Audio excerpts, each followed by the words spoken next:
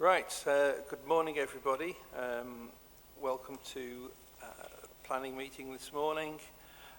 It's nice weather for a change, so we'll press on with it.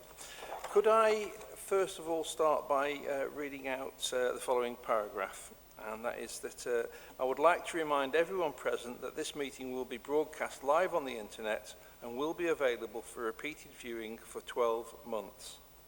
If you are seated in this room, you are deemed to be consenting to being filmed, and any contributions to the meeting will be recorded and broadcast. Thank you. Right, well, we'll start with the meeting proper. Have we any apologies? Yes, good morning, Chairman. We've received apologies from Councillor Lawson, Councillor Hudson, Councillor Afsar and Councillor Snape. Thank you, and we are quorate. Wonderful. Thank you. Could we have any declarations of interest in accordance with Standing Order number 16? No? Okay, thank you. And we've got the minutes of the planning meeting held on the 9th of June 2022. We've got move them, are we all seconded by Councillor Sutherland?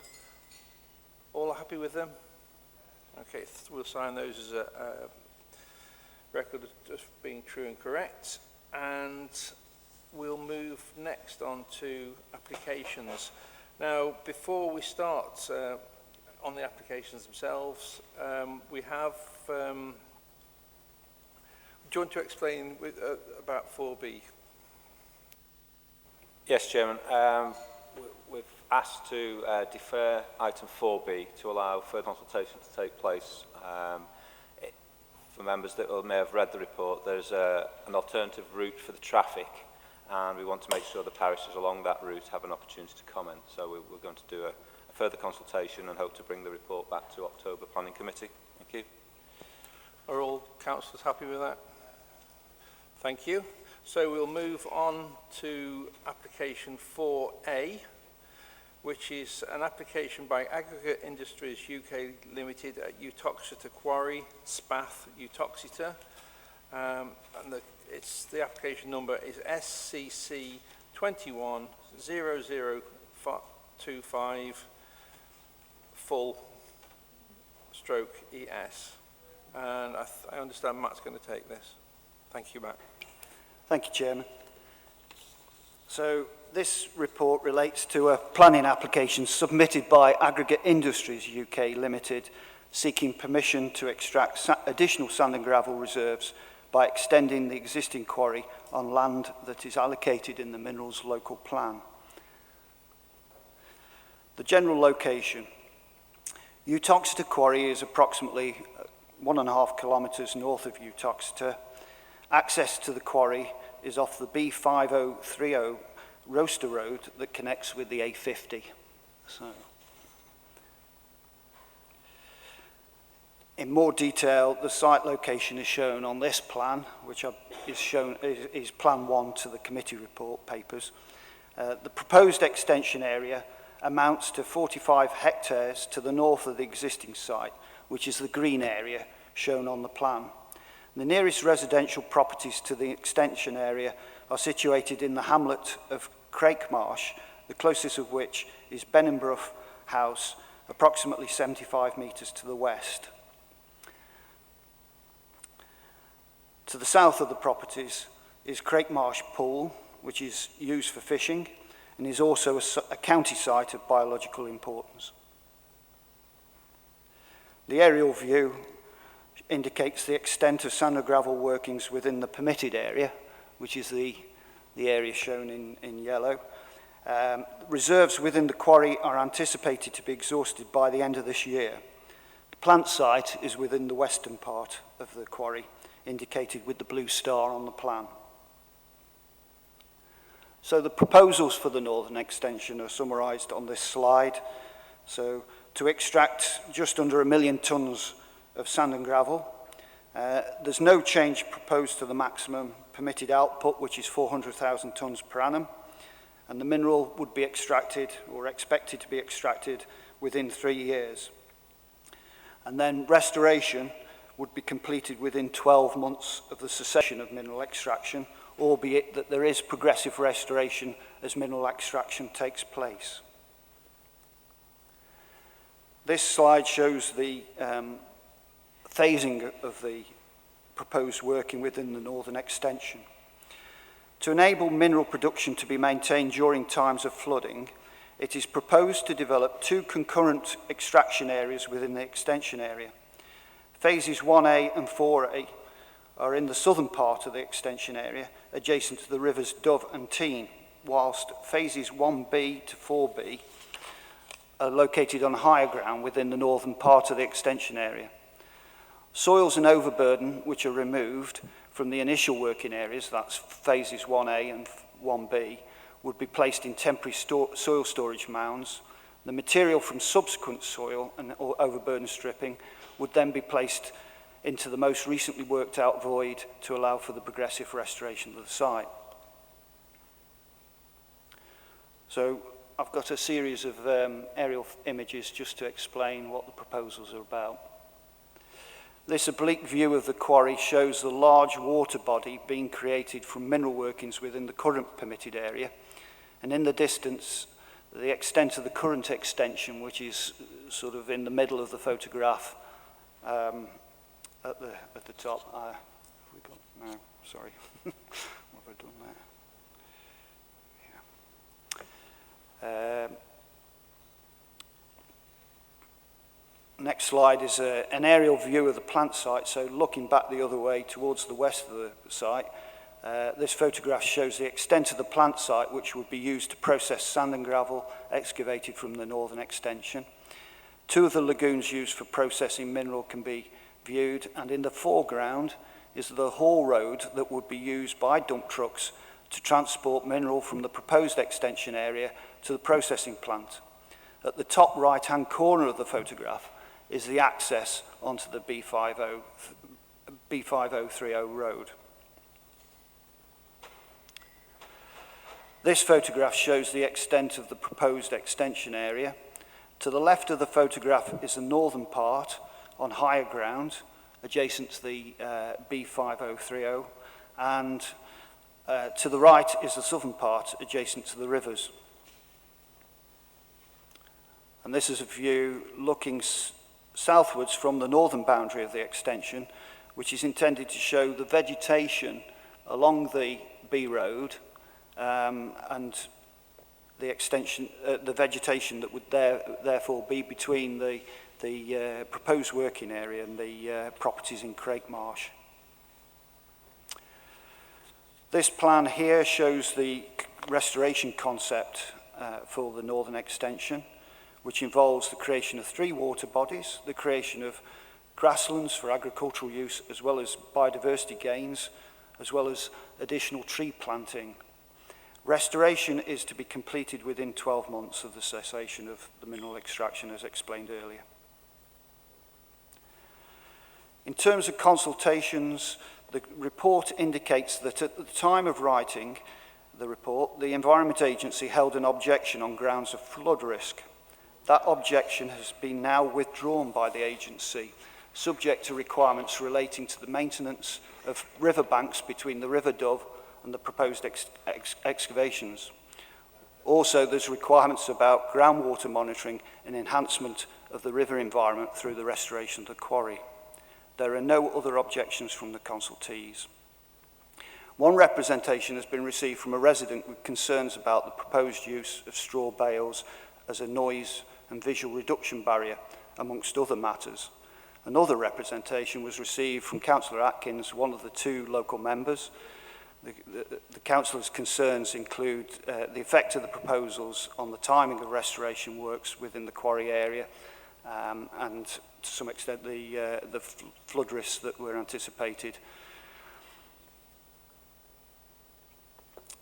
So the key issues as explained in the report I'll briefly summarise here. Mineral planning policy and material planning considerations. So having regard to the planning policies, it is reasonable to conclude that the proposal is acceptable in principle, given that it would maintain the provision of sand and gravel from a site allocated in the Minerals Local Plan. It's noted, however, that there remains a requirement to complete an outstanding Section 106 agreement to allow the permission authorising mineral working up to November 2023 within the existing quarry area. With regard to development considerations, these are the sort of considerations listed alongside the allocation in the Minerals Local Plan.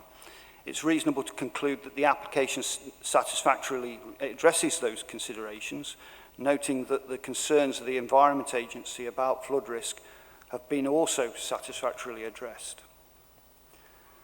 Then we go on to other matters over and above the development considerations as raised by the consultees and the representations we've received. So these relate to the use of the straw bales and the restoration and issues relating to restoration of the quarry. It considered that the provision of the straw bale barrier over a temporary period of 8 months is acceptable for the purposes of mitigating noise in this location. Having considered the impact of the proposals on the restoration as well, in addressing the development considerations, other issues relating to restoration are also considered. These include an update on the contribution to be made under a Section 106 agreement to the establishment of a sports hub on land formerly quarried, restoration of the existing quarry, and provision of rights of way in association with the proposed extension, and then also the benefits in terms of the restoration for the river environment. Having considered all those issues, we conclude that the proposals can provide restoration benefits to outweigh objections to the proposed restoration of the quarry, subject to conditions requiring a detailed restoration and aftercare scheme. The final section of the report deals with those matters that need to be considered to be addressed by undertakings within a new Section 106 rather than by planning condition.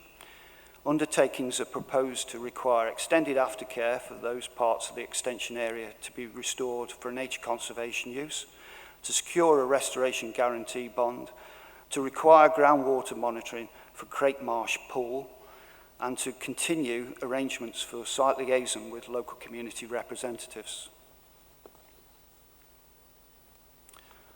So, in recommendation, it's reasonable to conclude that the proposed development accords with the development plan and as such represents sustainable development. And there are no clear and convincing reasons to indicate that the application for planning permission should not be permitted. The recommendation is to permit, subject to the applicant first completing the current draft Section 106 in association with a planning application submitted in 2016, and then for another legal agreement to be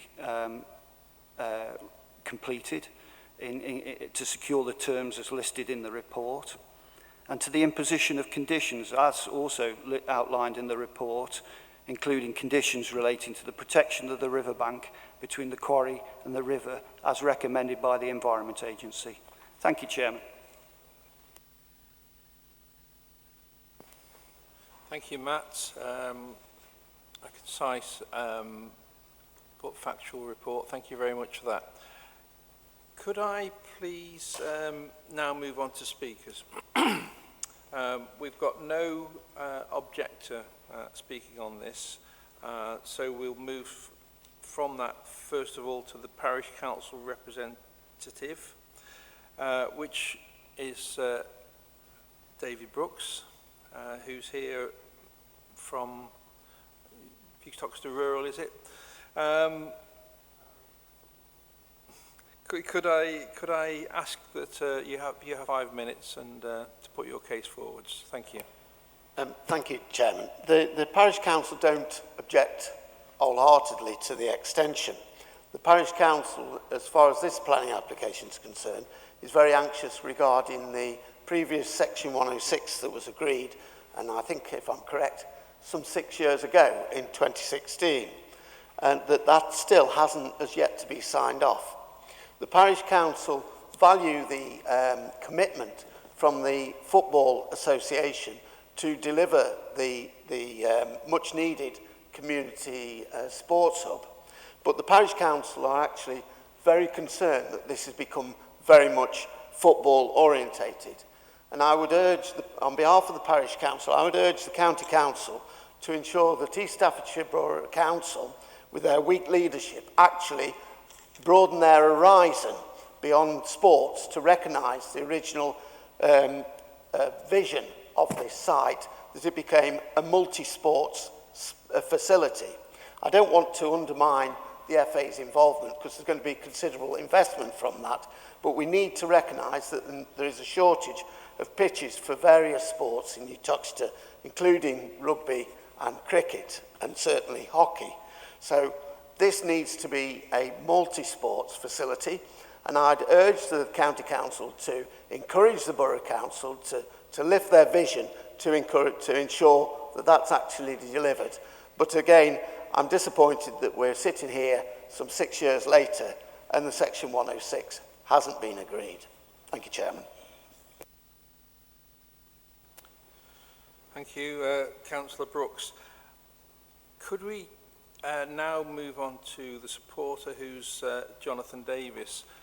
Jonathan, before you start, there has been a lot of discussion with officers myself around this 106 and the other conditions that we need to be put together. And obviously sport at the moment, particularly women's sport, is something that's quite important. And I do take on board what Councillor Brooks has said about the Borough Council's involvement. Could you, in your submission, just answer the 106 question as well, please? Please proceed. You've got 5 minutes. Thank you. Thank you. Good morning, Chairman and members. My name is Jonathan Davis and I'm the Estates Manager for Aggregate Industries. I have nothing further to add to the planning report, which succinctly covers everything I wanted to mention today. However, just on the Section 106, there's been a great deal of work on behalf of the Council's legal team and Aggregate Industries legal teams, and we are in agreed form in terms of the documentation. So we are happy with the documents. Section 106 is also linked, however, to the lease to Staffordshire Football Association and the option to lease to the Staffordshire Football Association. So we are waiting for their legal advisor to complete their checks on the documents. I'm told by their estates person that he's happy with the documentation, so I'd like to think that by the end of this month these documents will be in a position to be signed, if not sooner. Thank you for that. I do understand, or I've been given to understand, that without the 106 agreements being signed and the paperwork being done on the original planning application, this one, even if it's passed today, won't be allowed to commence. So really the ball's in your court to make sure that something's done about this. Next, we've got local members. Councillor Hudson, I understand, is not well, but we have got Councillor Philip Atkins. Philip, would you like to proceed? Thanks, Chairman. I think I'll divide my comments into 3 parts. The first one is, I think there's no objections to the actual extraction of the minerals. That process has gone through, and that's not in question. I think the locals through the liaison committee have to say that Aggregate Industries have always been good in keeping people informed, and there was a recent meeting about a week ago when we talked about this. Some of the issues about the original planning application, for members' benefit, there is the main sewer from Roaster and Denston, and that part of the valley runs straight through this site. That's why there is a piece of land left between the 2 lakes in the northern extension. That is the main sewer from Roaster and Denston and JCB and all of that. the original application had it been moved. I don't think people realise that. Going back to the flood risk, there is, in paragraph 75, it mentions the geomorphological monitoring to monitor the breach of the river into the mineral workings. There has been a breach of the mineral workings into the river. And the amount of floods that we've been having lately have been, as you know, with climate change, we talk about it here, a lot more than in the past. And there's a question about leaving soil in the floodplain, which takes out the ability for the river to spread. So these things are of importance to flooding up and down the river. The water eventually has to go through the old bridge at Doveridge, which is an old, I don't know what, 14th, 13th century multi-arch bridge. And I might as well say, since the Environment Agency don't keep the river clear, it will get blocked up with timber and get washed away. Their maintenance of the river is atrocious. They're allowing it to meander and breach banks all over the place. So to come in with an objection on this is a little bit two-faced, because they're not maintaining the structure of the river. But I still agree with them in principle. The main concerns, I think, that locals will have is the afterlife and the restoration.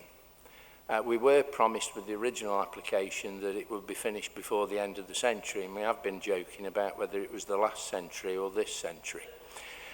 And I understand with the sand and gravel extraction industry that sometimes it's been down to zero, but now it's at full capacity and will be the quarry. And there was talk of 3 or 4 million tonnes in the northern extension, and there's only some 900,000 tonnes. It will be finished and restored by the date in these documents, so I'm quite sure about that. And there is not as much sand and gravel as they thought. However, the afterlife, and I think it's in the paragraphs 84 onwards, and there's been much talk. The original application had the entrance road to be restored to no entrance. So there's obviously a saving for the company in not having to restore it just to a bare road. But the entrance needs keeping. But they have had a saving. I need to make, that needs making note of. Probably several £100,000. They've agreed in the previous extension to drain the area that has been put down for sports pitches. There is the Section 106 agreement originally was with the cricket club, and they pulled out at the last moment. And the idea has always been that if you have football, rugby and cricket, that the land can be used whole year round. So a multi-sports facility, as your Toxteth Rural Parish Council have intimated, is needed for the town and needed in the area, and really ought to be the way forward, led by Staffordshire Football Association. But I think that multi-use needs stressing, because it does make the area a lot better for the area. And obviously all of these hopes, and there's been talks of hotels, walks and all sorts of things, need to be separated from this planning application and thought of as future work that needs to be done by East Staffordshire Borough Council and their local plan whenever it gets written. So I'm just stressing for the locals' benefit that they need an end date to this. They need a proper facility that comes out of it with some benefit. The natural environment and bird life and everything else of the river, because it's a fantastic opportunity to enhance the wildlife of the area. That's safeguarded. But you have to remember that people wanting wishy things like footpaths that go through a nature reserve just don't work together. There needs to be some thought about what's a nature reserve and what is access to the public. and how that's brought forward and protect one against the other. I noticed there's some footpaths that have got to be realigned, and people have got to stick to those footpaths, I think, in future, and not start being encouraged to walk all over the place. So I think, you know, I'd just like to say that agri-industries have been a reasonable neighbour. At odd times we've had our fallouts with them and the locals, but they've always tried to work with them, and I think that is the way forward. But we do need to make sure that the Section 106 agreement with the County Council, because I have to add, Chairman, so the other local member confuses East Staffordshire Borough Council's Section 106 agreements with developers and for the provision of sports facilities with the Section 106 agreement with this authority and the afterlife of the quarry, which is a different subject. You know, the two Section 106s may end up in the same place, but they are two separate agreements. Thank you very much, Chairman. Thank you for that.